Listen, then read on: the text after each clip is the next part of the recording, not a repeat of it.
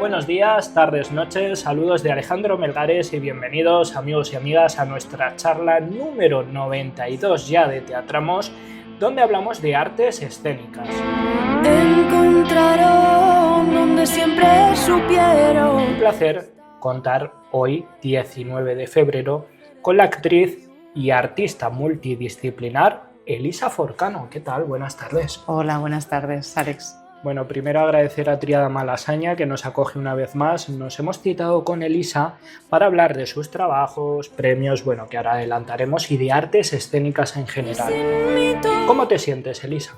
Pues estoy muy ilusionada por la nominación de la Unión de Actores, porque es un premio que al final es entre compañeras, compañeros, ¿no? De la profesión, y para mí eso es de lo más valioso, porque al final somos las personas que conocemos el oficio, sabemos las dificultades.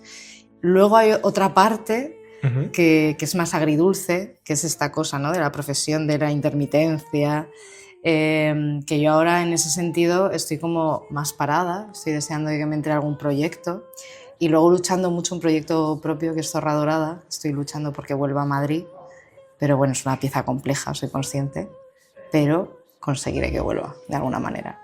Maravilloso el cebo que ha puesto, porque esa es nuestra excusa. Elisa Forcano ha sido nominada a la mejor actriz de reparto por Caminando. Hablaremos de este trabajo, pero antes preguntarte cómo recibiste la noticia y qué supone a esta altura de tu carrera este reconocimiento, como bien decías, de los compañeros y compañeras que son quienes votan para que estéis ahí. Pues la verdad me sorprendió muchísimo la nominación. Llevo años trabajando y no había surgido nunca esa nominación, y por trabajos que han sido más vistos o que, ¿no? que han estado en instituciones públicas, yo qué sé, por ejemplo con Rodrigo García en La Abadía, con Cristo está en Tinder, y no surgió, ¿no? Y de repente Caminando, que es un proyecto hiper-off que surgió de un ejercicio de Laura Garmo, la directora, que deseaba hacer para la RESAD una investigación con un lenguaje muy multidisciplinar, que al final acabamos yendo al Surge, a la Sala Ex Límite y en el TNT, o sea, ese fue o sea, en el Atalaya, perdona, ese fue el recorrido que ha tenido la pieza. Entonces, no es una pieza que haya tenido mucha visibilidad. Entonces, claro, a mí me sorprendió mucho la nominación, porque digo, ¿cuántas personas que me han votado han visto realmente esta pieza, ¿no? Entonces, hablando con la directora, nos reíamos por eso, nos hacía mucha ilusión que fuera por Caminando, pero al final sentimos que es más un reconocimiento de la gente que me conoce a la trayectoria que a este proyecto en concreto, ¿no? Aunque la gente que ha visto el proyecto le fascinó, y adolece también de que no haya tenido más recorrido, como suele suceder con estas piezas que se salen un poco de la norma y que empiezan en el off, que por desgracia mueren en el off. Pero bueno, ojalá esto le dé visibilidad y yo digo, a ver si con la excusa vuelve a vivir Caminando, ¿no? Estaría bien, efectivamente, que con este premio volviera a caminar esa obra. Oye, ¿qué es eso de actriz de teatro protagonista, reparto, secundaria? Digo, las categorías de estos galardones, digo, para quien no esté muy puesto, partiendo de la base de que todas, las 9, tenéis la misma importancia, ¿no? Bueno, pues al final son jerarquías, ¿no? Que se generan en los proyectos, pues que tienen que ver normalmente con el porcentaje de protagonismo que es muy relativo bajo mi punto de vista, ¿no? Porque hay gente ¿Cómo medimos ese porcentaje? Claro, ¿no? pero bueno, yo siempre lo digo, ojalá siempre eterna secundaria, pero que no me falte curro, ¿sabes? Claro. El tema del protagonismo es algo que me parece anecdótico. Creo que hay gente que puede estar 20 minutos en escena y te quedas con su trabajo, ¿no? O sea que quiero decir que... Y luego, bueno, grandes protagonistas que adoras, ¿no? Hace poco fui a ver Los Nuestros en el CDN. ¿Qué tal? Me fascinó la propuesta de... Es que está ni más ni menos que una diosa que es Mona Martínez. Exacto. ¿No? Y yo digo, claro, es que veo a esta mujer y digo, yo de mayor quiero ser ella, ¿sabes? O sea, O sea, me parece lógico, porque igual hay actrices que llevan más recorrido y entonces tienen opción, ¿no? a personajes con más peso dentro de una trama. Blanca Portillo. Exacto. Y luego actrices que igual pues no es que estén empezando, pero que no tienen ese nivel de visibilidad o de reconocimiento, y que estos premios, que son de reparto o de secundario, pues también les da cierta visibilidad, ¿no? Y quizá es una plataforma para que apuesten por ellas y por ellos para papeles con más pues, protagonismo. ¿Qué sabes de tus compañeras, digo, de nominación? Nieves Soria por El Teatro de las Locas y Julia Roch por La Madre. Pues mira que yo suelo ir bastante al teatro, pero no he visto ninguna de las dos propuestas. Y no Fíjate que El Teatro de las Locas era bastante físico, ¿no? De baile, total. salía María Pizarro. Exacto, además conozco a María, pero pues de esto que a mí me pilló, que enganchaba, que tenía mucho curro y no de esto que hay, se programan tantas cosas en Madrid, al final también tienes tantos compromisos y trabajo, ¿no? De que estás fuera o estás de gira, que no siempre puedes y sentí mucho no ver esa pieza porque además era un código y un lenguaje que sentía que me era muy cercano y me hubiese molado ver, ¿no? Pero bueno, no pudo ser. Y a Nieves no la conocía, pero en la rueda de prensa del otro día nos conocimos. Y que la fue verdad, el lunes. Sí, una tipa encantadora. Y nuestra otra compañera es como que estaba, pero yo no llegué a Julia, no la llegué a conocer. Y me dice Nieves, sí, yo la he conocido, pues que es muy tímida y tal. Y digo, vale, pues nuestro próximo objetivo, el próximo día... romper el hielo con Julia. Yo voy a interpelarla total de, hola, soy Elisa, ¿qué tal? Sí, porque, bueno, es normal, también en estos eventos no siempre es fácil. Hay algo también de que se da por supuesto, ¿no? Que nos encanta socializar y relacionarnos y que somos extrovertidas y tal, y nada que ver. O sea, hay gente que en escena se libera y ¿no? Tiene este poder, pero luego la vida a veces se nos hace grande. ¿Qué tienes más ensayado hasta el momento? ¿El discurso en caso de recibir el galardón o la cara que debes poner si no te lo dan? Pues discurso aún no he pensado nada, o sea, literal. Tengo algo que escribí cuando asistí por primera vez a una de las galas de premios de la Unión de Actores, que fue hace 2 años. ¿Qué me dices? Y durante la gala, yo soy muy de estas cosas, en el momento estaba recogiendo el premio Velasco, Alberto Velasco, y dije, qué bonito momento para escribir algo por si algún día yo recibo un premio. Cuando él salió del escenario, yo escribí unas líneas que venían diciendo esto. Si algún día yo gano un premio en la Unión de Actores, he escrito esto en el palco donde estoy viendo a otros recibir este premio, ¿no? El contenido no lo voy a revelar aquí porque en el caso de que lo utilice... Atentos en las otras categorías, que tenemos actriz secundaria, Belén Landaluce, Chus Herranz y Eva Isanta. Actriz protagonista, Aitana Sánchez Gijón, Blanca Portillo y María Garralón, de la que voy a rescatar un audio inédito porque hace justo este mes 10 años que me citaba con ella porque en el Teatro Valle Inclán formaba parte del elenco de La Pechuga de la Sardina y esto nos decía en 2015 María sobre el oficio. Es una carrera de fondo, es decir, que no porque te venga un éxito hoy con 20 años ya tu vida es un frenesí. No, es una carrera dura, difícil, tienes que aceptar ciertas cosas a las que vas a tener que renunciar, por ejemplo, a tener una seguridad económica, y ha habido épocas muy difíciles y piensa que yo he tenido 2 hijos, que he tenido que sacar adelante, que ahí están, gracias a Dios, pero con mucho esfuerzo. Lo engancho precisamente con lo que decías al inicio, lo de la intermitencia, ¿no? María Garralón, maravillosa en esa Ifigenia, como está nuestra invitada Elisa Encaminando. Premios de la Unión de Actores que se celebran el 10 de marzo. ¿A qué has tenido que renunciar tú por el oficio? Fíjate, es que yo no siento que renuncie, yo siento que elijo y que en esa elección todo son ganancias. Sí, porque para mí una renuncia sería hacer algo que me dé estabilidad pero que no me haga feliz, por ejemplo, ¿no? Aparte hay algo como de guiarse por la entraña y para mí esa intuición es la que debe de ser. Entonces en esa intuición para mí no hay renuncia, al revés, hay sabiduría y hay recolecta, ¿no? Por decirlo de alguna manera. Hay algo en la siembra, siento. Me fui muy joven, por ejemplo, de Zaragoza, que es mi ciudad natal. Y ¿a qué edad? Con 17, aún no había cumplido los 18, me fui a estudiar Bellas Artes a Teruel. Luego estuve en México, después ya me vine a Madrid a estudiar en la RESAD. Entonces siempre he tenido una distancia con mi familia, ¿no? Muy, muy fuerte. También algo que yo necesitaba para explorar también esta parte creativa y tener esta libertad, ¿no? sentir que el lastre de lo que se supone que debes de hacer o lo que debes de ser o el legado que se supone que al que tienes que responder, unas demandas, ¿no?, familiares, para mí la distancia fue una elección, no fue una renuncia. ¿Me explico?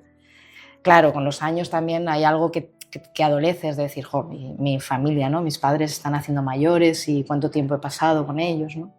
Luego también el concepto, pues tú misma, de formar una familia, ¿no?, que en mi caso ya por edad hay algo que se asoma, pero es que yo no sé vivir de otra manera, quiero decir.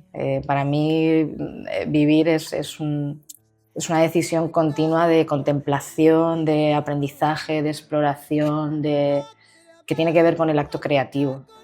Es una elección vivir creativamente y salirme un poco de los márgenes de lo que se supone que es lo normativo, ¿no? Que deberíamos de verlo como una elección y no como una renuncia, o sea, como cuántas cosas estás ganando por dejar eso atrás que se supone que deberías también de abrazar. Como esperemos que haya muchos abrazos, como decimos en esos premios Unión de Actores. Con Laura Garmo, con la directora, echábamos unas risas porque decíamos, oye, si vamos con el traje que llevábamos en la pieza, yo hay un momento que llevo una piedra en la cabeza, pero un pedrolo. Sí, lo hemos visto en el vídeo de la previa. O sea, un pedrolo que la gente se pensaba que era de cartón piedra, digo, no, o sea, yo tengo... Era auténtico. Tengo un cuello de toro, ¿sabes? Sería fantástico subir si eso acontece, ¿no? ¿Te imaginas con la piedra? No, sería fantástico. Además, tú imagínate el símbolo, ¿no?, de recibir un premio con un peso visual como ese, ¿no? Hay algo ahí. Literal. A mí esa contradicción me parece muy poética y me encantaría hacer algo así. Lo que pasa, bueno, siempre está esta cosa también de que quieres tener respeto, ¿no?, pues bueno, al final a la gente que ha organizado eso con cariño y pues bueno, al final lo que hablamos, ¿no?, el miedo a salirte un poco de la norma y que la gente pueda tomarlo como una falta de respeto, cuando estos premios al revés, ¿sabes? Yo querría mostrar toda mi gratitud y todo mi respeto. Yo creo que podría ser una nota graciosa y podría darle un toque de color a la cosa, ¿no? Además, que los premios siempre tienen como este peso, como, no sé, también creo que hay que celebrar y que hay otras formas de hacer. Caminando por el que te han nominado, que se pudo ver, hemos dicho antes, en el espacio Ex Límite durante el certamen Surge Madrid de 2023. Escuchamos un fragmento. En 1963, la artista brasileña Ligia Clark realiza una obra titulada Caminando.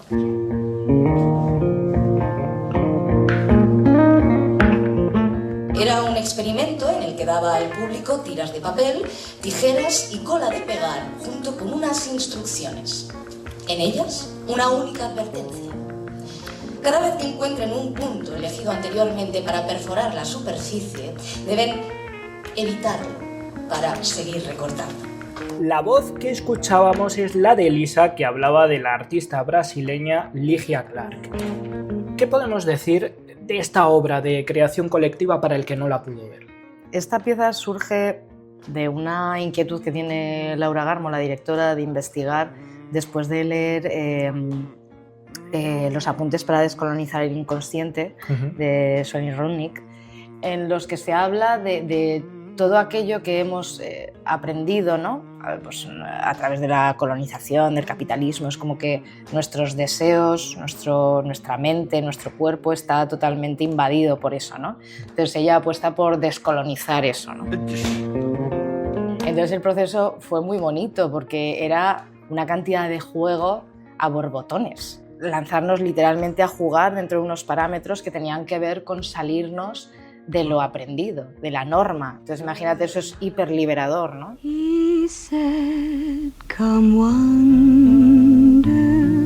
Entonces exploramos mucho a nivel físico, pero también a través de la palabra, a través de las relaciones. Entonces surgió una pieza multidisciplinar que la gente, sobre todo, enfatizaba ese carácter lúdico que era muy liberador y que yo creo que responde precisamente imagino, ¿no?, a esa teoría que tiene que ver con desaprender lo que nos han inculcado y otras formas de pensar y de sentir.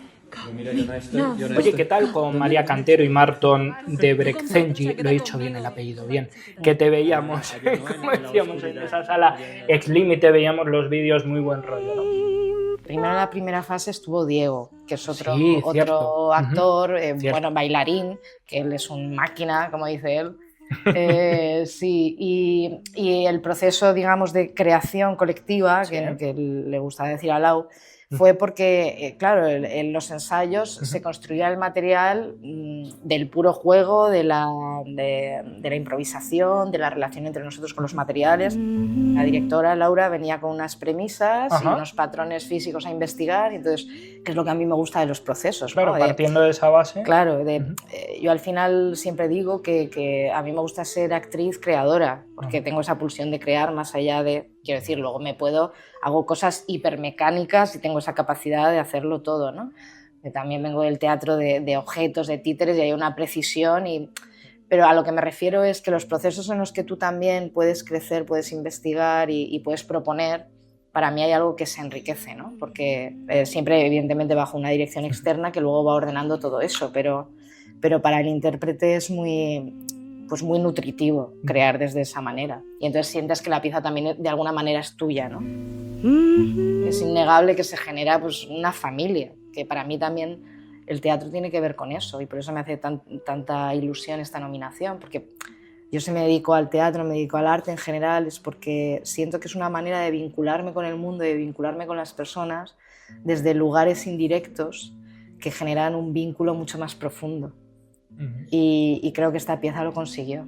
De hecho, el equipo técnico de esta pieza, Pilar Valdelvira y Benigno Moreno, los conocí, que ahora son los que están en el CDN con Lucía Carvalhal, con los nuestros, los conocí en esta pieza. Qué bueno. Y me enamoré tantísimo de su trabajo y de su persona que los cogí como equipo técnico de mi propia pieza Zorra Dorada. María, Diego, Marton, y ha habido alguien imprescindible también de ese equipo que no se quería perder este encuentro y formularte una pregunta. Pues como sé que está Elisa por ahí, lo primero, volverla a felicitar por su nominación, merecidísima, y ojalá se lo lleve porque es una grandísima actriz, una todoterreno, una trabajadora incansable, buena compañera, con la que da gusto trabajar y crear a su lado, así que yo feliz también que esta nominación venga de Caminando, de una obra que hemos creado juntas, con el resto del equipo, claro, que también son importantísimos. Y nada, lo que le quería preguntar, como ella ha creado también esta pieza suya, Zorra Dorada, en la que no solo la ha creado, sino que también la interpreta, y vemos que, bueno, para cierto tipo de teatro no hay muchos canales de distribución, no es fácil moverlos, como bueno, puede ser el ejemplo de Caminando, de Zorra Dorada. Y era un poco la pregunta es, ¿cree que el público está preparado para este tipo de espectáculos? Y si es así, entonces ¿es que el problema es simplemente que los canales de distribución no funcionan? Bueno, para saber su opinión, un abrazo fuerte.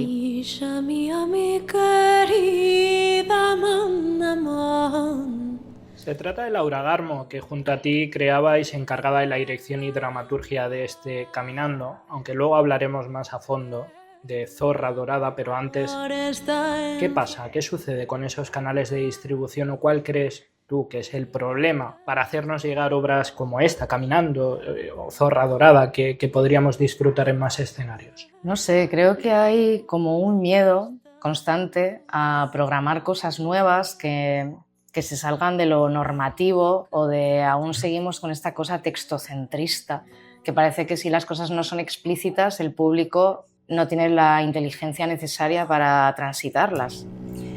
Y además este concepto del público, ¿no? No, es que mi público es como, pero ¿cómo podemos seguir tratando al público desde esa generalidad? Y que hay un problema en la falta de riesgo y que no puede ser que todo evolucione y que sigamos haciendo teatro como hace tantos años atrás y que nos dé espacio a nuevas formas de entender la escena, ¿no? Porque al final también con todo lo tecnológico, todo lo que está viniendo, hay algo que el público ya está educado tanto visualmente, estamos ya tan metidos en nuestra normalidad desde un lugar visual que ya el teatro necesita de nuevas formas.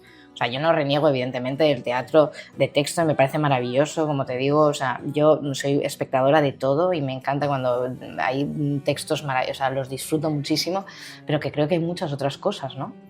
Y esto es lo de siempre, o sea, yo puedo crear Zorra Dorada, pero si a mí no me programan, yo no puedo ser vanguardia. O sea, al final la vanguardia son las instituciones o las personas que dan cabida, que dan espacio a esas propuestas. Pongo de ejemplo a mi madre. O sea, mi madre no es una mujer que vaya mucho al teatro y cuando vino a ver la pieza de Rodrigo García... Sí, Cristo está en Tinder. Sí, mi madre, su pareja Fran, mi padre, son personas que no están muy acostumbrados, ¿no? Hola, papá. Me vas a ver en pelotas, todo bien. No pasa nada, ya está, somos familia. Pero que hay algo como que yo pensaba que iban a tener yo misma, imagínate. A mi madre ahora la llevo a ver a una comedia ligera de tal, que está bien y tal, y ella misma sale y dice, pues chica, es que claro, después de ver lo de Rodrigo García yo ya necesito otra cosa. Podemos despertar otros estímulos, sí, ¿no? Los espectadores. Y creo que hay una problemática y que nos debería hacer reflexionar, que sean instituciones privadas las que den cabida a proyectos soft que al final no son rentables y que las instituciones públicas, que al final son espacios donde deberían de tomar riesgos para que nuevos lenguajes, ¿no? Nuevas formas de hacer tuviesen espacio para la investigación, porque al final las artes yo creo que van de eso, ¿no? De no repetir fórmulas establecidas, sino tener el espacio de poder desarrollar y de equivocarnos, ¿por qué no? O sea, en ese camino está el encuentro, ¿no? Y si no nos equivocamos no podemos llegar a otros lugares, pero creo que las instituciones públicas tendrían que dar cabida a eso. Y sin embargo, ahora mismo es todo lo contrario, ¿no? O sea, Caminando lo acogió un marco como el Surge, en Ex Límite, y luego es eso, el Atalaya, y luego la pieza muere. Y ahora con Zorra Dorada me está sucediendo... Cuarta Pared... Claro, y eso que Cuarta Pared para mí, quiero decir, es un referente de Love, y o sea, llenamos la sala, gente se quedó con ganas de verla, en el Festival de Escena Abierta, que por cierto fue gracias a Carlos, a su director, que la pieza fue, porque 2 días en Burgos. Exacto. Pues gente de Burgos que a priori dices, ostras, ¿cómo va a entrar esta pieza aquí, no? Pues tú no sabes, luego en el coloquio, mujeres dándome las gracias, esperándose a abrazarme después de la obra porque la habían viajado. Gente escribiéndome por redes sociales dándome las gracias, hablando de... Bueno, la pieza habla sobre muchas cosas, pero entre ellas el abuso, la eutanasia, tal, y hablándome de que gracias a la pieza habían podido hablar con sus parejas sobre abusos que habían tenido y que nunca habían hablado de ellos. Que es una pena, que obras que realmente a la gente le conmueven y les movilizan y les... Que sean catárticas. Que sean catárquicas, que yo no digo que el arte tenga que tener un carácter social, ¿eh? Yo jamás quiero decir, jamás defender eso, pero que en este caso, que además la pieza que yo no tengo que reconocer, o sea, la pieza no nació para ser, pues eso, ¿no? Ni una pieza feminista, ni una pieza que tuviese que tener un carácter social, ¿no? Nació de un impulso como todo lo que hago, porque soy honesta con lo que siento. Intento estar alineada con eso y creo que si soy honesta al final esa honestidad llega y algo conmueve, porque no me siento única, quiero decir, si a mí algo me conmueve entiendo que a otra persona me conmoverá, ¿no? Evidentemente. Y en mi acción y en mi creación intento ser muy honesta con eso. Y a pesar de eso, pues hay gente que tiene esta catarsis, ¿no? Entonces dices, jo, qué pena. Pues eso, gente preguntándome, oye, ¿cuándo va a estar esta obra? Quiero que vaya gente que conozco, ¿dónde puedo leer los textos? Y lo mismo, quiero publicar los textos y también una dificultad, una fricción que dices, ¿dónde está el problema? Es una pena, pero sí, esa realidad está ahí. Hablamos ahora más a fondo, de este Zorra Dorada. Nos hemos citado con Elisa, para quien nos esté escuchando, porque ha sido nominada a Mejor Actriz de Reparto por Caminando. Y para cerrar esa etapa de Caminando y para saber también más sobre ese proceso del día a día, hemos invitado a otra persona de ese equipo que te quiere hacer otra pregunta. Hola Elisa, ¿qué tal? Pues mira, quería decirte que ha sido una experiencia única el poder compartir un proceso de ensayos contigo. Que eres espectacular escénicamente, que eres una bestia en el escenario con toda esa presencia, esa fuerza, esa energía. Eso todo el mundo lo ve. Pero lo que no ha podido ver todo el mundo, y yo he tenido el privilegio de vivirlo, es ver un proceso de ensayo día a día contigo. Esa entrega tuya a cada ensayo, esa buena disposición a recibir las notas, es intentar mejorar cada día, pero desde el compañerismo, desde el buen ambiente, el buen rollo, la seriedad en el trabajo. Eso es único, que me ha hecho aprender cada día. Y bueno, eres la actriz que cualquier director querría tener. Decir que es que, aparte del dominio del texto que tienes, del cuerpo, de que eres creadora, diseñadora, artista, quería preguntarte, ¿cómo lo haces para ser tan talentosa? Carrers nevats sota el cel, sota la pluja. Se trata de Nacho León, gracias, que fue asistente de dirección artística de ese Caminando, que describe, bueno, pues ese proceso de ensayo día a día, destaca tu seriedad, compañerismo y dominio del cuerpo, y te pregunta, ¿cómo te quiere, eh? ¿Cómo lo haces para ser tan talentosa? Bueno, a Nacho me lo como. No, bueno, me como a todo el equipo. Lo que hablábamos, ¿no? Cuando las cosas se hacen desde una honestidad y desde... Yo confío mucho en eso, ¿sabes? Que las cosas llegan. La pena es que no trasciendan y no las pueda disfrutar más gente como debería, ¿no? Pueda transitar la gente por ellas. Pero bueno... ¿Cómo soy tan talentosa? Me encanta, me voy a hacer una camiseta con esa frase. No puedo ser más talentosa. ¿Te imaginas ir a los premios con Mujer de Renacimiento? No puedo ser más talentosa. Y dirán, ay, ¿dónde va la chula esta? Total. Esa camiseta. Sí, estoy pensando si me la hago en el pecho o me lo hago así como en el pantalón, en los glúteos, ¿sabes? Porque así repartido estaría bien. En fin. Creo que es porque dedico mucho tiempo al desarrollo y que no desde un lugar de autoexplotarme por la productividad, porque intento, ¿no? He reflexionado mucho sobre eso, sino hay un deseo, o sea, es que no lo, o sea, hay algo, hay una necesidad de desarrollo y de curiosidad, sobre todo.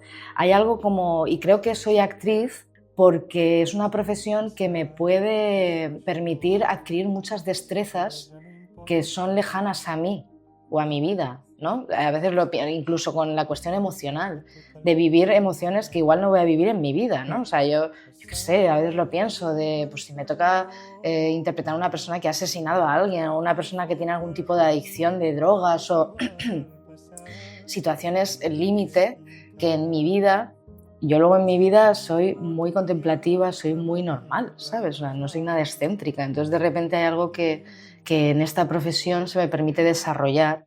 Y es verdad que en mi día a día no tengo esa sensación de soy actriz de X a X, ficho y luego vivo. De hecho, a veces tengo la sensación de, digo, no sé si es que no sé vivir, ¿no? Pero para mí la vida es una creación continua. Todo lo que hay en la vida me inspira como posibilidad creativa. De hecho, soy muy de documentar cosas, gestos, siempre estoy escribiendo. Lo vemos en tu Instagram. Sí, que a veces tendré un problema, o sea, yo creo, digo, en algún momento tendré un problema, ¿no? Porque tiendo como a documentar mucho visualmente, sobre todo la imagen, hay algo ahí, ¿no? A modo de diario visual que me fascina. O sea, contemplar a gente, por ejemplo, en actos privados, no por una cuestión de voyeur, sino por una cuestión de la belleza de lo cotidiano, que hay una estética, ¿no? Hay algo, hay un compromiso con la acción sin saber que se está siendo observado, que para mí eso ya es escénico, para mí eso ya es interesante desde un lugar escénico, ¿no? O creativo. ¿Por cómo puedo ser tan talentosa? Pues porque supongo que mi foco está 24/7 ahí, no lo puedo evitar. Bueno, también te has preocupado por formarte, ¿eh? O sea, sí, obvio, pero a ver, esto es como todo, ¿no? O sea, yo siempre digo que soy como una polilla, ¿no? Y toda aquella luz que me seduce, yo voy a quemarme viva.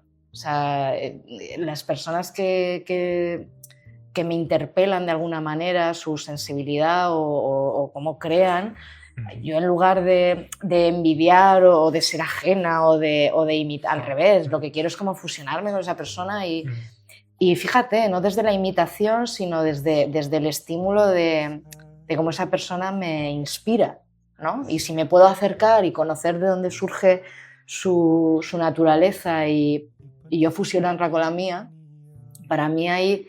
Pero porque lo que te digo, porque para mí las relaciones humanas, ese vínculo, es muy importante hacerlo desde ese lugar de creación. Pues para que conozcáis un poco más de la historia de Elisa, nos lo cuenta nuestra amiga Alma Morote. Elisa Forcano, nacida en noviembre del 89, es natural de Zaragoza, aunque afincada en Madrid. Reina de la morería. Nuestra invitada de hoy es licenciada con mención de honor en Bellas Artes y Teatro Físico por la RESAT, con matrícula de honor en su proyecto de fin de grado. En su trayectoria como actriz y creadora, ha participado en más de una treintena de proyectos escénicos y más de una decena audiovisuales. Además, ha compatibilizado su faceta interpretativa con la de diseñadora gráfica y como docente de teatro, danza y artes plásticas. Su carácter multidisciplinar se refleja en piezas como Zorra Dorada, que se pudo ver en la última edición de Surge Madrid.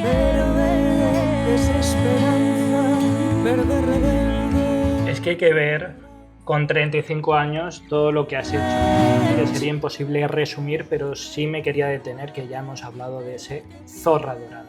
Proyecto, ya hemos dicho, que se pudo ver en septiembre en la Sala Cuarta Pared y el mes pasado en el Festival Escena Abierta de Burgos. Un ejercicio para repensar la vida y dignificar la muerte, inspirado en la trágica historia de Noa Pozoven. Ya lo decías, una pieza que habla del abuso femenino, pero puede extrapolarse a cualquier abuso, ¿cierto? Es una pieza que habla del abuso. Evidentemente yo como mujer pues tiene un gran peso toda la cuestión feminista, ¿no? Porque yo la trabajo desde ahí, pero es un proyecto que creo que cualquier persona, independientemente de su género, se puede sentir interpelada si ha tenido algún tipo de relación, ¿no?, con el abuso. Y luego hay otro tema que también orbita, que es a colación, ¿no?, de este primero, que tiene que ver con la eutanasia. Que bueno, al final este proyecto surge de una noticia que yo leí en el 19 sobre Noa Pozoven en El País. El artículo hablaba de que siendo en Holanda legal la eutanasia, ella había muerto por inanición porque no se la habían concedido, ¿no? Y al final había decidido, avalada por toda su familia y acompañada por ella en el salón de su casa, dejarse ir. Entonces, claro, a mí me estalló la cabeza primero de pensar eso, ¿no? Una chavala de 17 años que su familia apoya, acompañe, ¿no? Eso me parece un acto de amor dentro de todo lo rocambolesco, ¿no? Y de todo lo sórdido que tal, pero claro, es un acto de amor brutal. Y luego indagando, claro, me di cuenta que al final la cosa no iba de la eutanasia sí, eutanasia no. La cosa iba de por qué esa chica, antes de cumplir sus 18 años de edad, había decidido morir. Y era porque había sufrido abusos en su infancia y le habían violado en su adolescencia, ¿no? Entonces digo, claro, es que nos estamos centrando en la cuestión de la eutanasia sí, eutanasia, y la realidad es que esta chica, así, o sea, su acto, a mí me parece de una heroicidad, entiéndeme, dentro de lo horrible, sí. porque es una tipa, bueno, así lo quise entender yo quizá, ¿no?, como mujer, fue algo como de, esta tía ha plantado una decisión, que es: yo no quiero asumir el vivir en una sociedad donde el abuso es algo a superar. O sea, yo no quiero seguir viviendo en una sociedad donde se normaliza el abuso hasta tal punto que a mí no me conceden la eutanasia porque yo tengo que superar este abuso. Bueno, no un abuso, sino un abuso continuado, luego una violación, tal, no, antes de cumplir los 18 años. O sea, por no hablar evidentemente de cómo está el mundo, de que hay niñas, o sea, hace poco no sé dónde leí que se había legalizado que niñas con 8 años pudiesen casarse.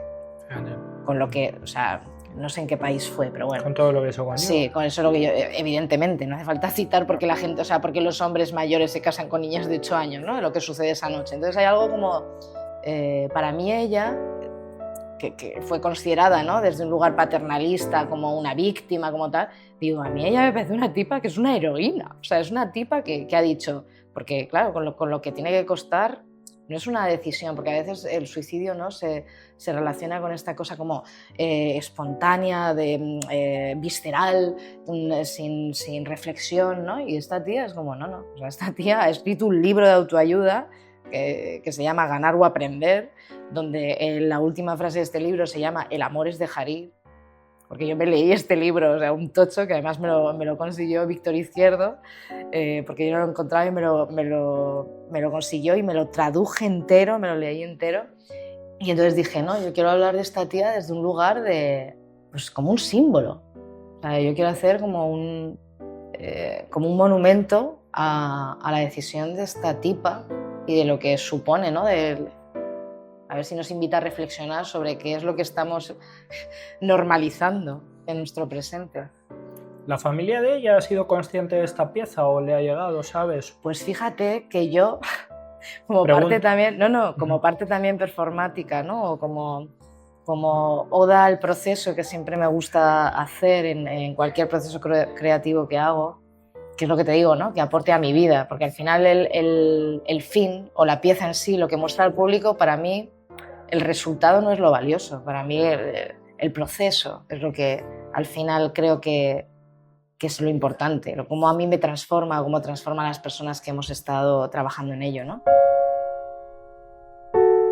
Le escribí y todo esto está grabado, pero sí, ese mensaje está enviado desde antes de estrenar la pieza, para si ella me podía contestar o sea, le enviaste un mensaje a la familia y... Sí, bueno, claro, mi única forma de contactar con la familia era a través del perfil de Instagram de ella, que aún sigue abierto, porque yo imagino que es su madre o su padre o alguien de su familia o una amiga, no lo sé, seguirá a cargo de esa cuenta.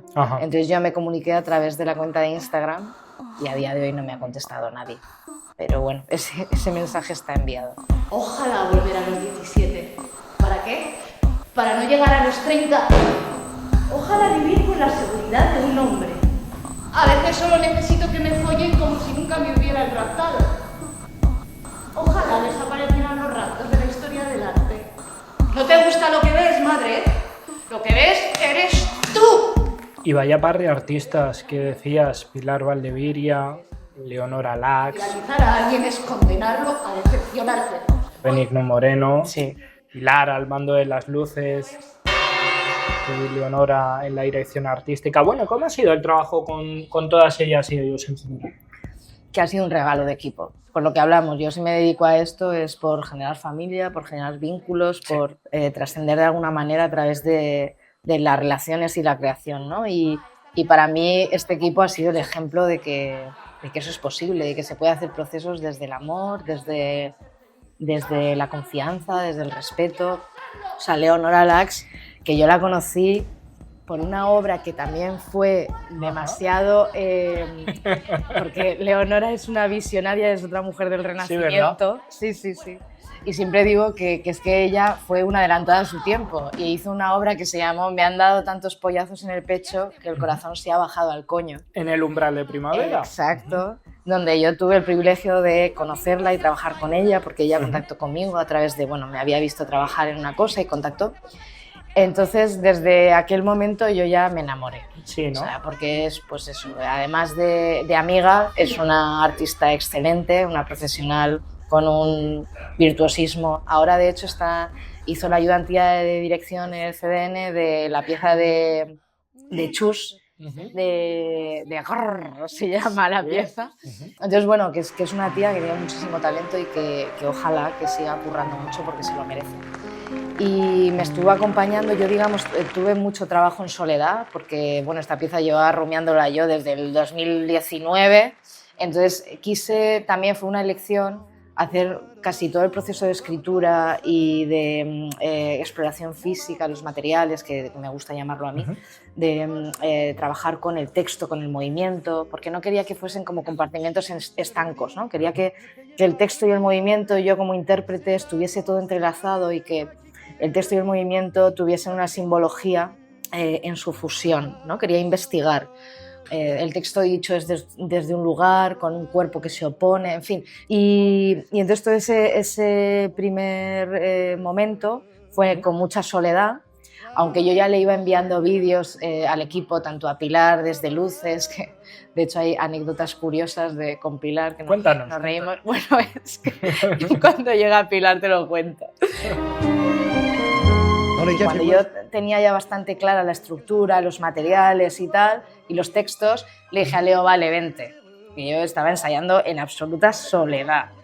Y entonces ya Leo me ayudó muchísimo. Esto es bonito, porque me ayudó como a trascender mis propios textos. O sea, gracias a Leonora yo entendí mis propios textos. Esto es precioso, porque, Qué bueno. o sea, aunque hay veces que tú escribes, ¿no? Hay veces que los escribes pero no sabes cómo hacerlos llegar o cómo transitarlos. Y fue muy bonito el trabajo con ella porque gracias a ella el trabajo de texto voló. Luego entraron Pili en las luces y Benny en el sonido, y también fue precioso porque con ambos fue muy progresivo, pudimos hablar mucho del concepto de la pieza, del viaje que necesitábamos. Yo recuerdo una primera reunión en mi casa que fue como preciosa de exponerles, ¿no? todas estas cosas y de empezar a imaginar juntas dentro de esta estructura que yo tenía bastante clara, ¿no? Y con Pilar fue curioso porque bueno, hay un material en la pieza que es bastante sensible, donde yo hago un momento performático con una linterna y bueno, es bastante explícito. Le enviaba, cuando estaba investigando, le enviaba materiales a Pilar muy explícitos con este material y entonces Pilar, o sea, era como, digo, si ella está recibiendo esto y no me está diciendo nada, es que es la persona, ¿sabes?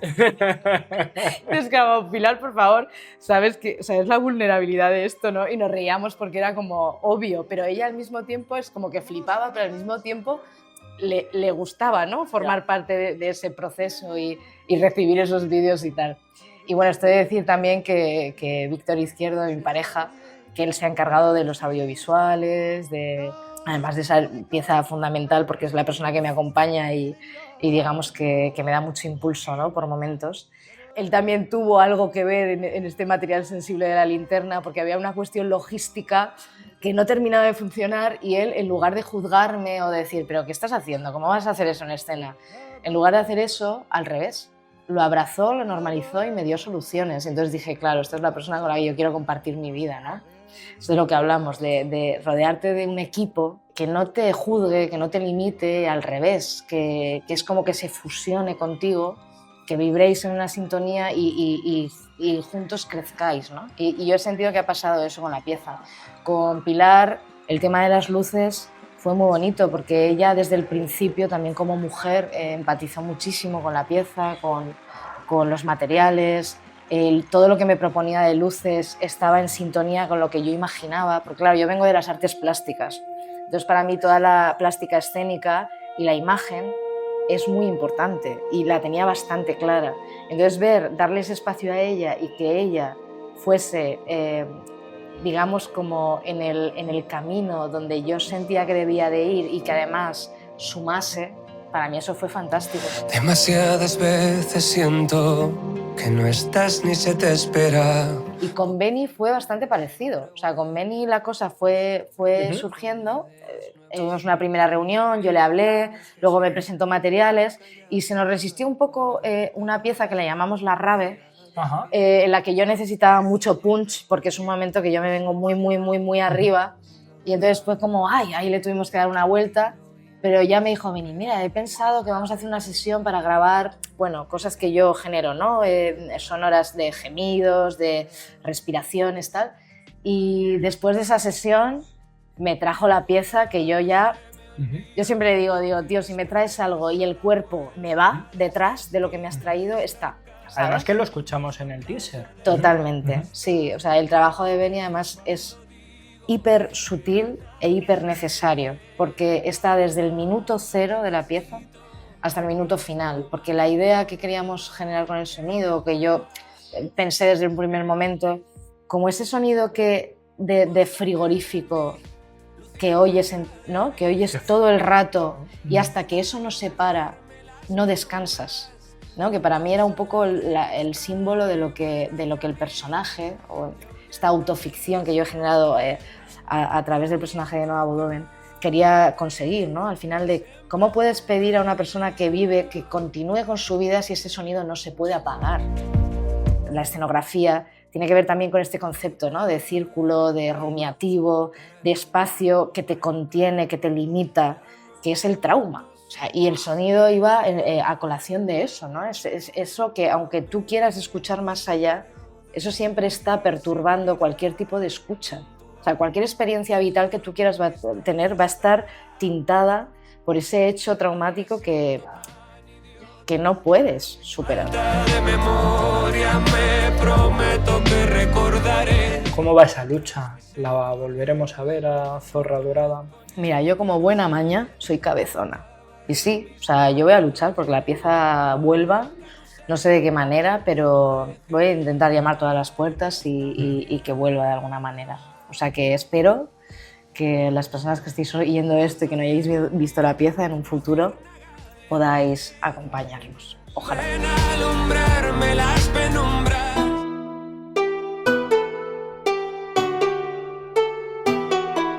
Vimos en el vídeo que hicimos de previa en 2010 que encarnabas a Isabel de Segura en la fiesta medieval de Teruel. El año anterior hiciste de juglar y el anterior de plañidera. Y bueno, a la tercera va la vencida Isabel. Por cierto, de nuestro compañero Desi ya le hemos dicho que se encarga de hacer las fotos. Estuvo grabando entonces aquel acto para Tele Teruel, Casualidades de la Vida. ¿Crees que fue un antes y un después esa Isabel en tu carrera para volcarte en tu faceta de actriz? Pues sí. Sí que fue un antes y un después, porque claro, yo fui a Teruel a estudiar Bellas Artes y siempre había tenido como inquietudes, sobre todo pues con mi madre iba a karaokes de pequeña, me encantaba cantar, sí, o sea, me fascinaba. Cuando estaban cenando mis padres les llevaba así como unos tickets y les decía, a las 8 hay actuación en el salón. O sea, cantaba como una ola de Rocío Jurado, imagínate. ¿Qué me dices? O sea, nada que ver. ¿Te atreverías ahora? No, ahora no. Bueno, a ver, ahora puedo cantar, quiero decir. Porque o sea, digo, en ese Isabel cantabas, de hecho. Sí, ¿no? Y me encanta cantar y quiero decir que si tengo que defender cualquier tipo de cante con un personaje, yo me lanzo. Por eso es mejor que no me encerré. Yo me lanzo a todo, ¿sabes? Sí. Me encanta meterme en el fango porque creo que ahí surgen las perlas, ¿no? Las perlas del lodo. Vamos a ese origen, ese karaoke, Sí. ese fiesta a las 8. Iba con mi madre al karaoke y luego eso, a las 8 les daba como unos tickets y les decía, hay espectáculo en el salón. Y entonces pues yo de repente pues me montaba pues un baile o les recitaba algo, o, en fin, hacía mis numeritos. De hecho mi madre siempre tiene la anécdota que hicimos un crucero y que cuando mi familia bajó, porque claro, pues en el crucero ibas por sitio, bajó, yo dije, no, yo me quedo ensayando. Y yo me quedé en el camarote sola, con 8 años, ensayando, porque por la noche había una función, una actuación, y era con la canción de Bon Bon Chip. Y me quedo a tu lado, no sé. Pobrecito de ti, no me puedes atrapar.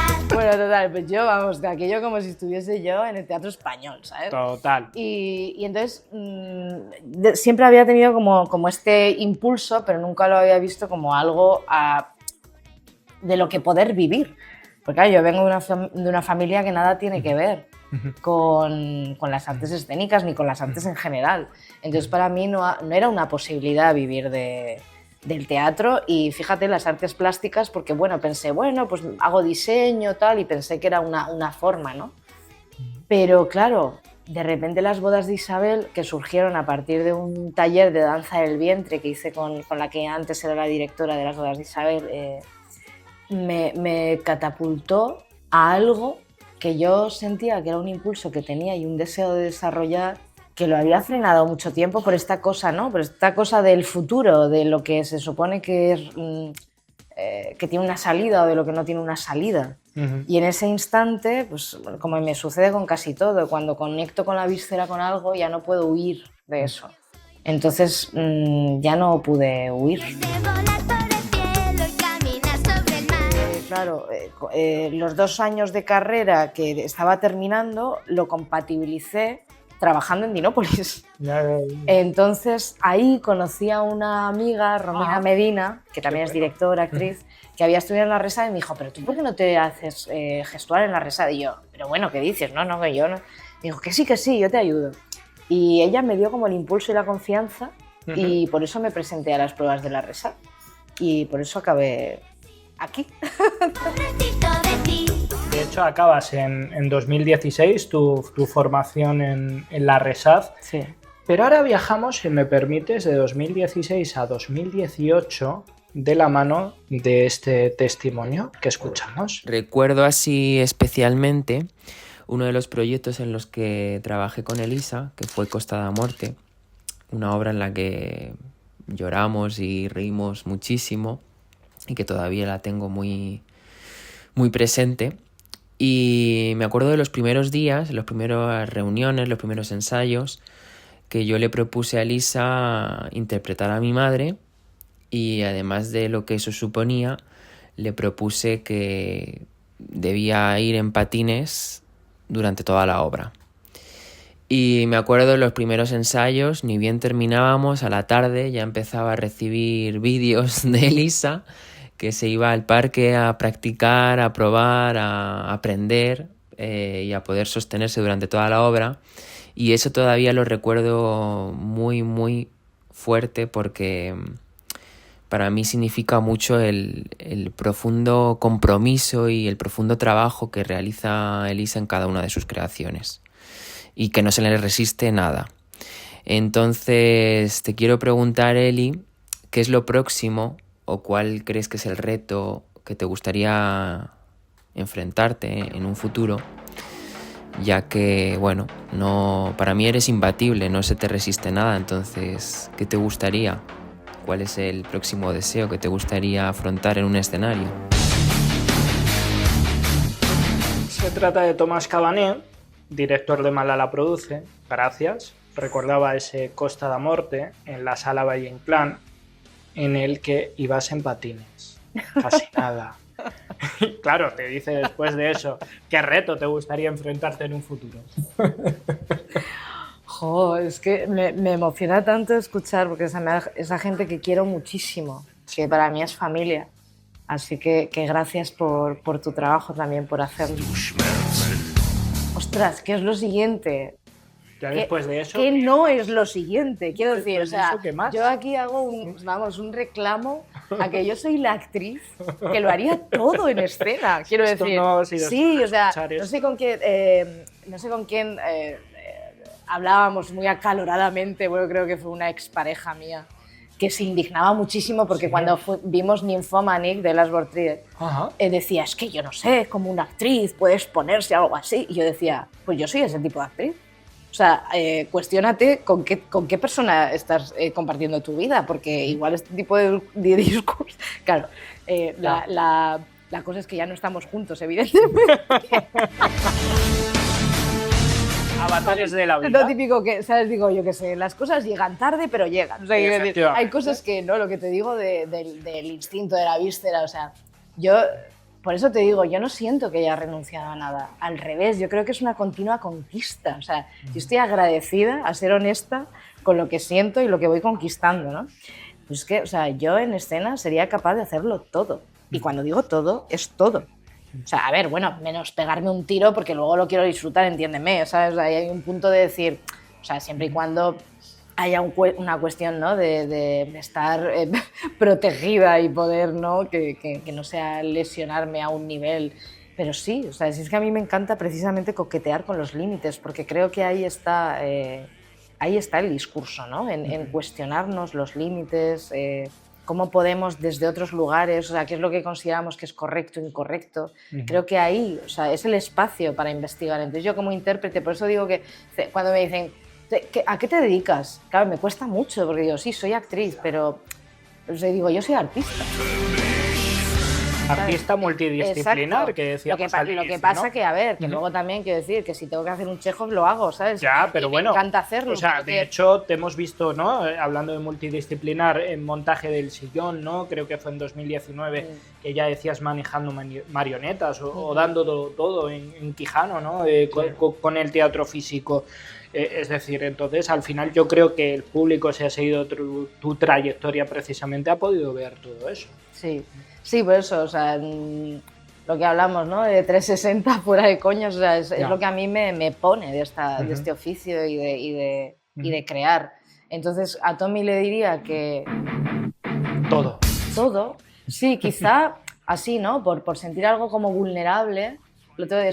También tengo, ¿no? Como ideas para proyectos nuevos y tal, pero fíjate, me encantaría hacer algo como llevar a mi madre a escena, por ejemplo, hacer algo como con mi madre, pero mi madre desde un lugar muy de performance, de vulnerabilidad, o sea, creo que eso sería lo más expuesta, ¿no? Porque normalmente siempre estoy en escena desde un lugar de construcción o desde yo, pero desde un lugar muy que me siento muy fuerte, ¿no? Y lo personal siempre lo dejo muy apartado. Para mí lo profesional y lo personal es como que genero como un muro muy explícito. Y quizás sería hasta capaz de eso, ¿sabes? De trabajar con cuestiones emocionales mías, performativas en escena, bueno, para construir algo hermoso. No nos daría tiempo a resumir todos sus trabajos de 2022 a 2024. En el vídeo de la previa que hicimos destacábamos 4 obras: La Gran Cacería en el Teatro del Barrio, Cristo está en Tinder en la Abadía, que hablábamos con gira incluida, El Horizonte de Sucesos, antes que hablabas de como si estuviera en el escenario del Español, pues ahí en las naves del Español, Ready Made en teatros del Canal. Grandes escenarios, y hablando ahora de eso de creación, te he leído en una entrevista que aquel trabajo, de hecho, con Rodrigo García en Cristo está en Tinder, supuso un impulso para confiar en tus propios procesos creativos. ¿Por qué? Es curioso como teniendo potencia, muchas veces por esta cuestión de autoexigencia, ¿no? O de avidez, de que siempre tienes la sensación de que puedes construirte más o de que puedes aprender más o que hay algo del juicio también, ¿no? Que siempre me había gustado explorar, pero como avalada o bajo la sombra de una dirección externa, ¿no? Y analizándolo, claro, me di cuenta de que el miedo al fracaso era tal que no me permitía ser. Y al leer la noticia de Noa, pensé, hostia, esta tía ha llegado hasta las últimas consecuencias, que es quitarse la vida, por llegar, pues eso, ¿no? Al final de algo en lo que ella quería luchar o confiaba, ¿no? Entonces digo, pues yo voy a eso. Yo también me voy a inmolar. Si mi mayor miedo es el miedo al fracaso, ¿no? O el miedo a no estar a la altura de mis propias expectativas, porque además yo siempre he sido una persona que, por suerte, siento, he cultivado esta cosa de crear para crecer desde mí, no para contentar el gusto de nadie ni para cumplir las expectativas de nadie, ¿no? Pero a veces el estar a la altura de mis propias expectativas, esta construcción del ego horrible, que me intento trabajar mucho, ¿no? Porque esta cosa que te dicen, ¿no? De cómo puedes hacer tantas cosas tan bien, hay algo que, claro, el ego se te va ahí como enquistando y tienes que hacer un ejercicio muy consciente de decir, no, perdona, el ego y el juicio fuera en la creación. Además es algo que dice Marta Pazos que me parece precioso. Y entonces intento entrenar mucho esto, trabajar desde el amor y no desde el miedo. Y Rodrigo García al final es una figura que confió en mí. Desde un montón de personas súper válidas y talentosas que se presentaron a ese casting, y al final él eligió a 3 intérpretes y a un músico, y entre esas 3 intérpretes estaba yo, ¿no? Esa acción que él hizo fue como una confianza, como un aval para mí misma, ¿no? A veces es fuerte, no somos conscientes de lo que la aprobación de otra persona puede suponer, que esto yo lo intento llevar mucho a la enseñanza, como pedagoga. No sabemos lo importante que es algo que le decimos a una alumna, a un alumno. Almas de puertas cerradas, con las ventanas abiertas. En esta profesión, ¿no? Que tenemos que cultivar tanto esta resiliencia del no. Y que yo recuerdo la primera vez que me dijeron no, así como de un casting importante, me puse enferma una semana. ¿En serio? Sí, porque además cuando estás empezando piensas que si te dicen que no, es como el tren que nunca va a volver a pasar, ¿no? O sea, piensas que este es el tren que me va a llevar, que ya no voy a parar de currar y tal, pero luego es mentira. Es decir, yo con Rodrigo, claro, vamos al inicio, lo que decía María, de un éxito no es el frenesí. Yo he currado con Rodrigo, he estado con gira internacional, ha sido una maravillosa experiencia y desde entonces aún estoy esperando que otra compañía, otro proyecto me llame en plan de hola, queremos currar contigo, que por eso yo de repente encontré el espacio para hacer Zorra Dorada, porque siempre había estado cogiendo un proyecto detrás de otro, nunca había tenido tiempo para crear mi propia pieza y era el momento. Pero fue, como bien dices, porque al final ese proyecto con Rodrigo me avaló de alguna manera a mí misma y me hizo darme cuenta que mis procesos creativos no distaban mucho de los suyos. Entonces, ostras, es tan bonito ver una persona que admiras, una persona que sigue su trabajo desde hace tanto tiempo, que luego trabajas con esa persona y lo que tú has ido construyendo antes de conocerle a él va como parejo a sus procesos de creación, que de repente fue como una manera de reafirmarme en esta confianza de mi intuición creadora. Yo estaré eternamente agradecida a Rodrigo por contar con mi trabajo y por la experiencia tan maravillosa de proceso y al final él como persona es muy bonito, la verdad, haberle conocido. Artista multidisciplinar, hablábamos de ese sillón, de ese Quijano. Oye, ¿en qué consiste eso? Pues, bueno, hay mucha gente que igual no va mucho al teatro, que decíamos antes, ¿no? Eso del teatro físico y cómo aprendiste el manejo de marionetas. A ver, el teatro físico, que a veces lo dicen, ¿el teatro físico? ¿Qué es eso? ¿Es mimo? ¿Es tal? Sí, claro. Teatro físico quiere decir, no, o teatro físico no quiere decir que no puedas utilizar la palabra, ¿no? Yo siempre defiendo que la voz no deja de ser un movimiento más, ¿no? Lo que pasa que es verdad que es un teatro que parte quizá más desde el lugar de creación de aspectos que tienen relación con cuestiones técnicas del movimiento o de la acción y no tanto desde el texto. Entonces, yo siento que es más desde el impulso que desde la reflexión, ¿no? O el trabajo de mesa de un texto, que también lo he hecho y lo puedo hacer y también me fascina y me encanta. De hecho, hay muchos trabajos de ficción audiovisual que trabajas el guión y estás desde trabajo de mesa y es fantástico, ¿no? Pero de repente el teatro físico es como que digamos que tú puedes trabajar algo del cuerpo ir a la emoción o de la emoción ir al cuerpo, ¿no? O sea de lo intelectual ir al cuerpo. Entonces, en el trabajo físico, digamos que a mí me interesa porque hay un código un poco más abstracto o un poco más abierto, ¿no?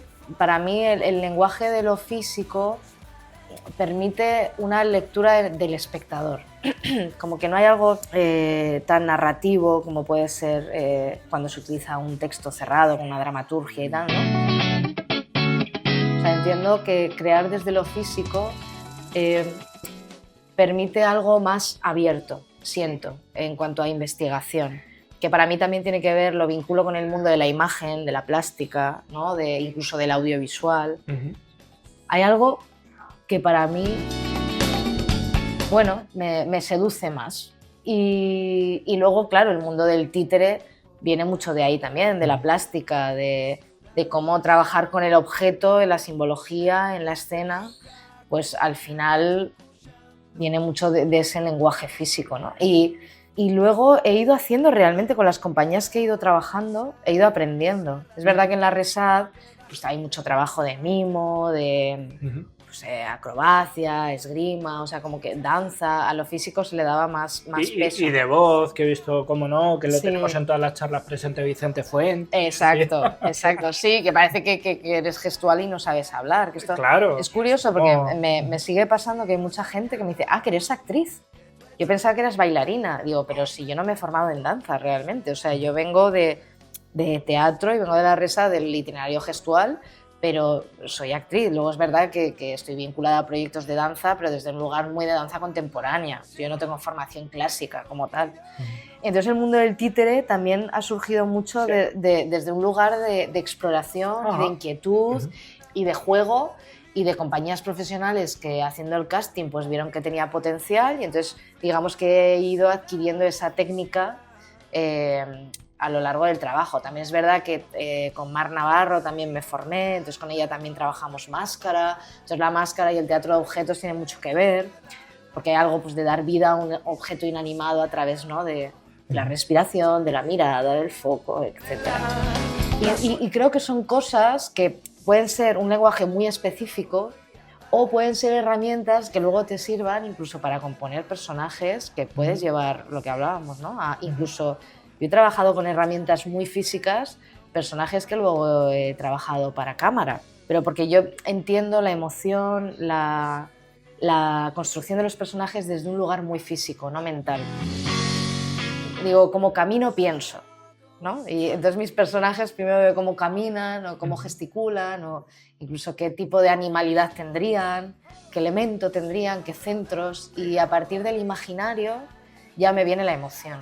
Entonces no soy muy intelectual. Evidentemente me puedo generar líneas de pensamiento, sí, claro. Y depende del tipo de trabajo, pues puedo incluso pues, pensar en cuestiones emocionales mías de experiencias propias, ¿no? Pero me gusta mucho crear desde el imaginario, desde jugar a que algo es real, desde la imaginación, desde el juego. Y me interesa mucho por eso también todo el mundo del croma, de los trajes, de los sensores de movimiento, de crear personajes que luego van a animar otras personas. O sea, es algo que me apasiona. De hecho, también. Me llamó la atención precisamente en esa misma entrevista que leía, que te preguntaban por la IA, ¿no? Sí. Y de qué manera, pues también eres diseñadora gráfica. Que de hecho, que sepamos que hay muchos carteles de obras de teatro.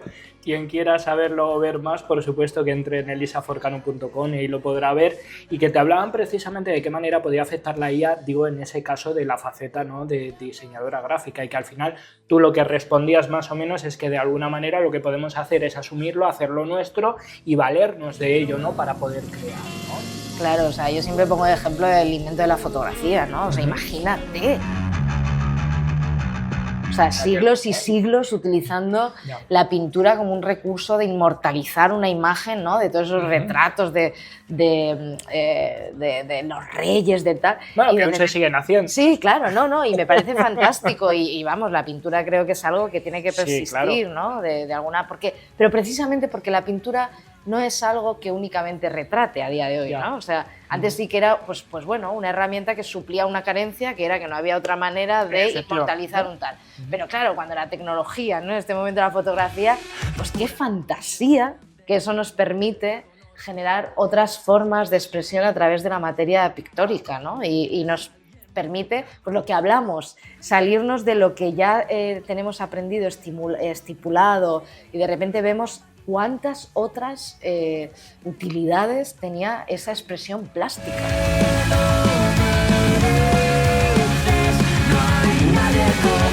Bueno, luego tenemos a Goya, que era un visionario, sí. Y hizo sus pinturas negras, que claro, como es maño lo tengo que reivindicar, que fue de todos. Entonces, claro, hizo sus pinturas negras, y yo siempre lo digo, es que es el primer expresionista, o sea, el primer artista que teniendo, ¿no? Su vida, pintura de corte y tal, tenía la necesidad expresiva a través de la materia pictórica.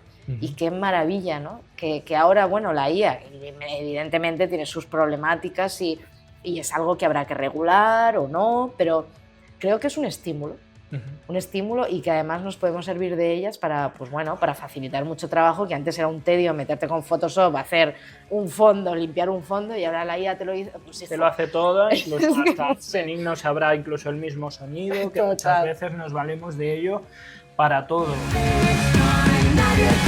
Vamos concluyendo, invocabas ahí a Goya, esas raíces mañas, ¿no? Porque hablamos, sí, de grandes escenarios, ¿vale? Están las naves del Español, están teatros del Canal, pero no olvidamos esas raíces mañas. Tenemos El Viejo y el Mar, ¿no? Con Teatro Chemoché en el Principal de Zaragoza, con quienes también trabajaste durante varios años en El Cielo sobre Berlín, estrenado en 2019.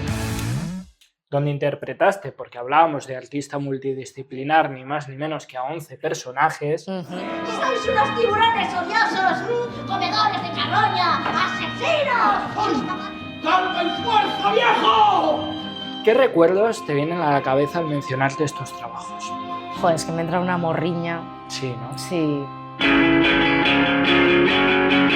En escena era mirar a Joaquín y decir: ostras, pero si es que lo que te estoy diciendo es verdad, quiero salir a pescar contigo, ¿sabes? Porque cada vez que pesco contigo en escena aprendo. Y, para mí es muy emotivo, porque Teatro Chemoché, tanto Marian Puego como Joaquín Murillo, es que fueron mis padres teatrales, porque yo los conocí en las bodas de Isabel en Teruel, porque ellos dirigían las bodas.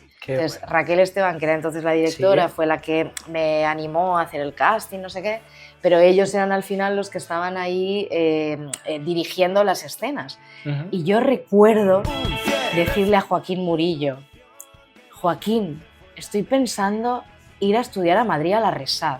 ¿Tú qué opinas? Que me has visto, ¿no?, estos años aquí. Y me dijo, tú tienes que, tú sí, tú me das muy buena onda en escena, te lo pasas muy bien, tienes muy buena onda, tú tienes que ir a formarte allá a Madrid y que sí, a comerte el mundo y tal. Pa'lante. Y pues lo que hablamos, ¿no? Personas que te dan el impulso, pues que a veces no es que no confíes, sino que a veces gente que admiras o que ves que está en otro punto que tú, pues confías en que tienen el criterio de saber si tú tienes potencial o no, ¿no? Y tanto Joaquín como Marian me dieron ese impulso y Raquel Esteban, evidentemente, en su momento también. Y gracias a él y a mi amiga Romina Medina estudié en la RESAD, tuve la confianza.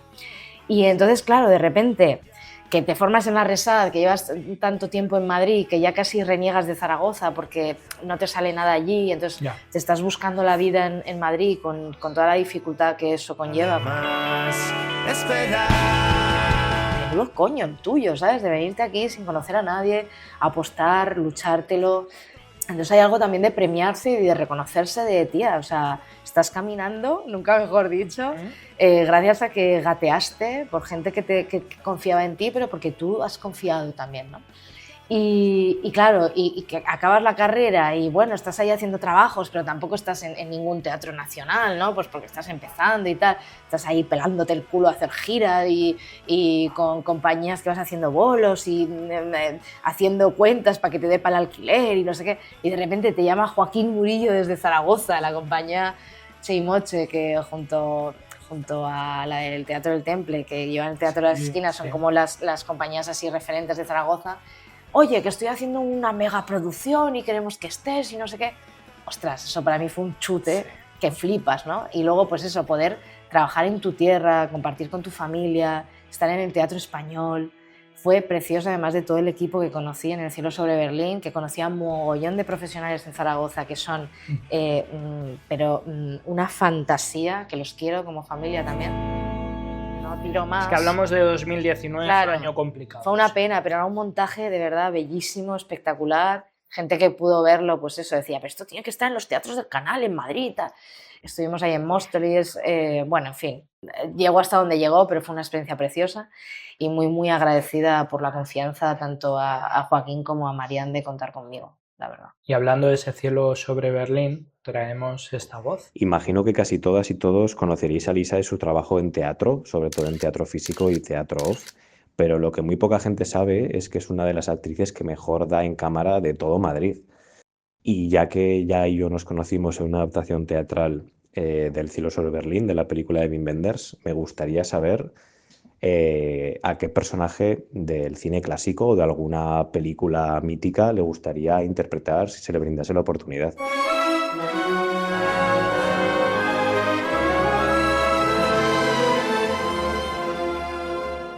Es que si alguien sabe cómo das a cámara, pues es Víctor Izquierdo con Barbecho Productions. Bueno, gracias, Víctor.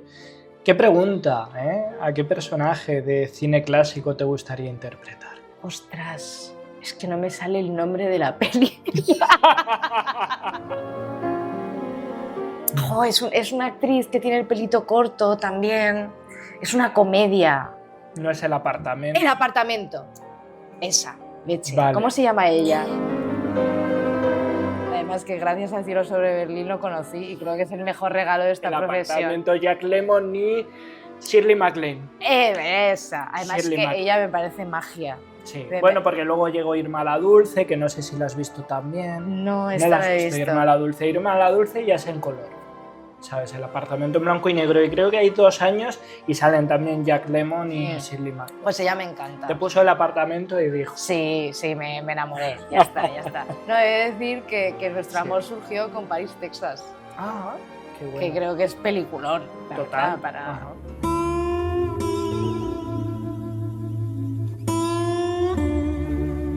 Un amor un poco triste, ¿no? Pero preciosa esa película. Ajá. Pues sí, ese personaje me encantaría. Sí, porque aparte es eso, o sea, me en cuanto a registros, me gusta también de todo, ¿sabes? Tanto comedia, como drama, como thriller, como acción. ¿Ves? Otra cosa que me encantaría hacer es acción.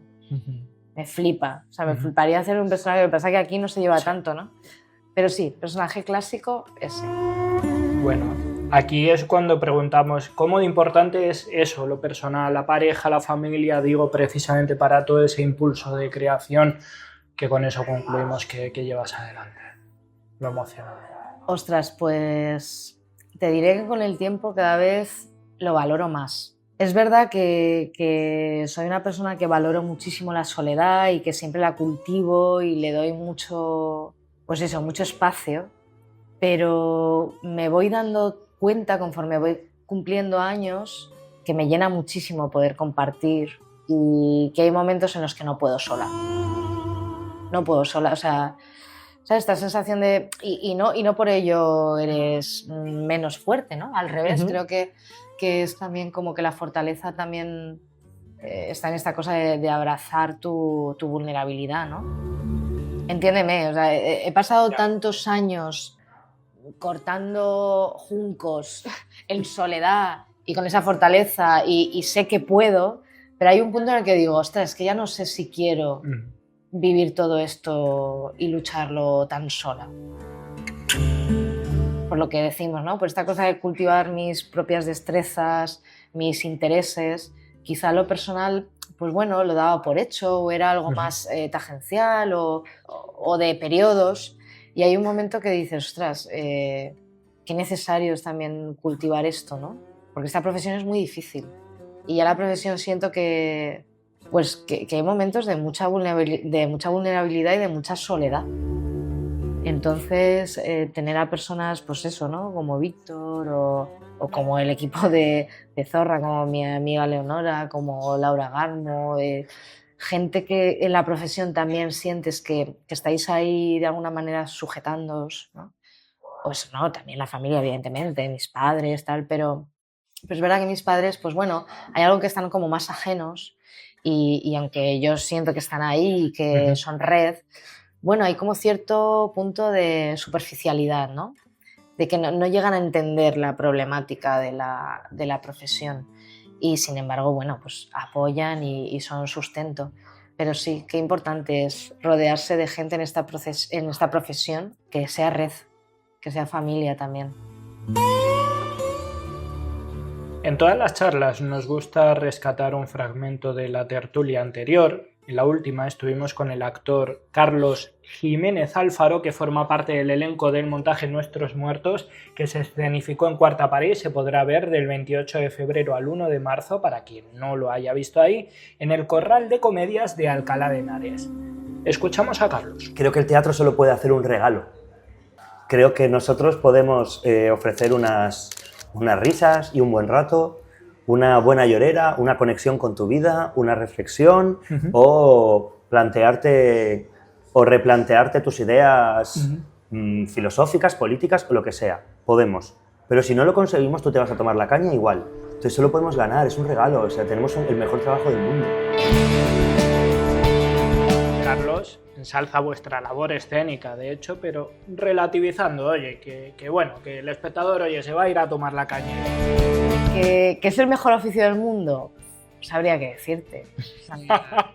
Claro, o sea, a ver, quiero decir, yo... Decía por eso, de ese grado de responsabilidad, bueno, igual un cirujano, ¿no? Es... Sí, obvio, a ver, claro, o sea, a ver, yo siempre me encanta ese concepto de regalo, ¿no? De regalo del espectador, de hecho, cualquier acto creativo, escénico, siento que, ¿no? De hecho, todo esto que rodea el estreno tiene que ver con esto, hemos estado trabajando, hemos estado trabajando esto para ahora dártelo en primicia, con todo el cariño, porque al final... Sí.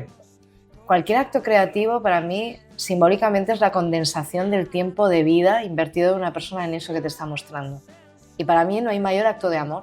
O sea, al final todo lo que tenemos es tiempo. Y pensar que algo estás recibiendo en primicia lleva, en mi caso, desde el 2019 cultivándose, es todo el tiempo de esa persona que ha dedicado para cultivar eso que te está regalando en escena. Y para mí eso tiene una potencia... O sea, no puedo darte más que mi vida. No sé cómo explicarte. ¿sabes? Y no tiene nada que ver con explotarte, ni no tiene que ver con la fuerza de producción, ¿eh? No estoy hablando de eso. Estoy hablando con un acto de amor a la cosa y a la persona que viene a ver eso, ¿no? Entonces, en ese sentido, me parece precioso el concepto regalo, ¿no? Pero claro, decir que es la mejor profesión del mundo, hostia, no sé, sí, quizás es lo que te dijese, si a mí ahora me programas en Zorra Dorada en el CDN, pues te diría, sí, es la mejor profesión del mundo.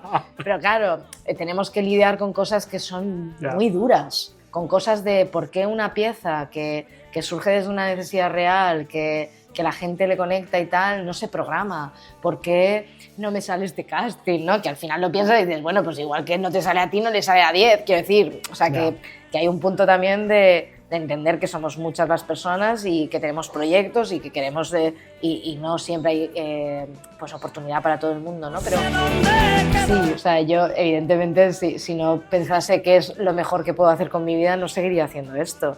Pero claro, de ahí a decir que me parece un poco romantizar la cosa, ¿no? O sea, creo que la profesión es hermosa, que evidentemente hay un crecimiento continuo con ella y una exploración, ¿no?, hacia adentro continuamente, que es un regalo. Pero bueno, creo que a nivel de estructura hay muchas cosas que se podrían mejorar. ¿Cómo? Bueno, pues al final a nivel de infraestructura, ¿no?, de los espacios, a nivel cultural, de cómo se gestionan las cosas, creo que, bueno, que podría haber otros modelos. Evidentemente yo no sé cuáles porque yo no me dedico a eso, pero entiendo, o sea, como creadora siento que tendría que, bueno, que arriesgar un poco a buscar otros modelos de relacionarnos con lo cultural. Sí, un poco parecido a... Invitamos al oyente a que vuelva antes a la respuesta, por supuesto, de lo que hablábamos de esa distribución que preguntaba Laura y que nos hablaba Elisa. Elisa, que ha sido un acto de amor este tiempo que ha compartido con nosotros. Con esta pregunta acabamos. ¿Futuros proyectos? Pues mira, Fruit, es que no tengo futuros proyectos. Lo que te decía, ¿no?, cuando me has preguntado, ¿cómo estás ahora? Sí, pues... Porque probablemente en el momento en el que llegues a los premios, esto que les encanta a los periodistas, preguntar en las alfombras, ¿cuáles son tus futuros proyectos? Pues yo les diré que me programen Zorra Dorada. Eso es. No, pero me encantaría, de verdad, porque también a veces tienes la sensación de que, claro, como la gente te está viendo crear algo, como que ya no piensa en ti como intérprete para otros proyectos, ¿no? Y a mí me encanta crear para otros proyectos y crear con otras personas, con otros equipos. Que aunque después de Cristo en Tinder, que eso le haya impulsado, que está abierta. Claro, que yo no creo, ya no quiero frenar esta parte creativa mía también de crear mis propios proyectos, pero que estoy también, con un deseo enorme, abierto como un poro inmenso, a nuevas propuestas pues eso, porque me encanta jugar con nuevos equipos, con nuevas líneas de trabajo, nuevos lenguajes. Entonces, pues a día de hoy no tengo nada, pero bueno, mentiría un poco, porque es verdad que tengo a la vista... No hemos hablado tampoco de la faceta, porque claro, ¿quién puede haber más de docente, de diseñador, bueno, sí, de artes plásticas? Claro. Bueno, pero sí, eso siempre estoy ahí compatibilizándolo y desarrollándolo. Es verdad, estoy siendo un poco injusta, porque proyectos audiovisuales es muy posible... Que no hemos hablado de... Claro, estoy como ciñéndome mucho a lo escénico, ¿no? Pero es muy posible que este año tenga 2 proyectos audiovisuales de cortometraje. Este año pasado grabé uno que se llama Volar, con Factoría Eneo en Zaragoza, que este año yo supongo que también se estrenará. O sea, que quiero decir que hay cosas, ¿sabes?, en camino. Pero es verdad que escénicamente adolezco ahora un poco de que no me está entrando nada y me apetecería mucho, la verdad. Pero bueno, llegará, confío. Toco madera aquí, claro, tocando el marco de la ventana. Ese barco del viejo y el mar. Con eso nos quedamos. ¿Has estado a gusto? A gustísimo y muy agradecida, gracias. Gracias a ti, me alegro. Bueno, por último, destacar las voces que hemos tenido presentes: Alma, Laura, Nacho, Víctor y Tomás. Gracias, Desi, por sus fotos que podéis ver en redes, y todo lo mejor en tus futuros proyectos. en esos premios de la Unión de Actores, porque recibas o no ese premio, pues bueno, ya tienes el mejor, que es el reconocimiento de los compañeros de profesión y del público. Gracias, Elisa. A ti, Alex. Gracias.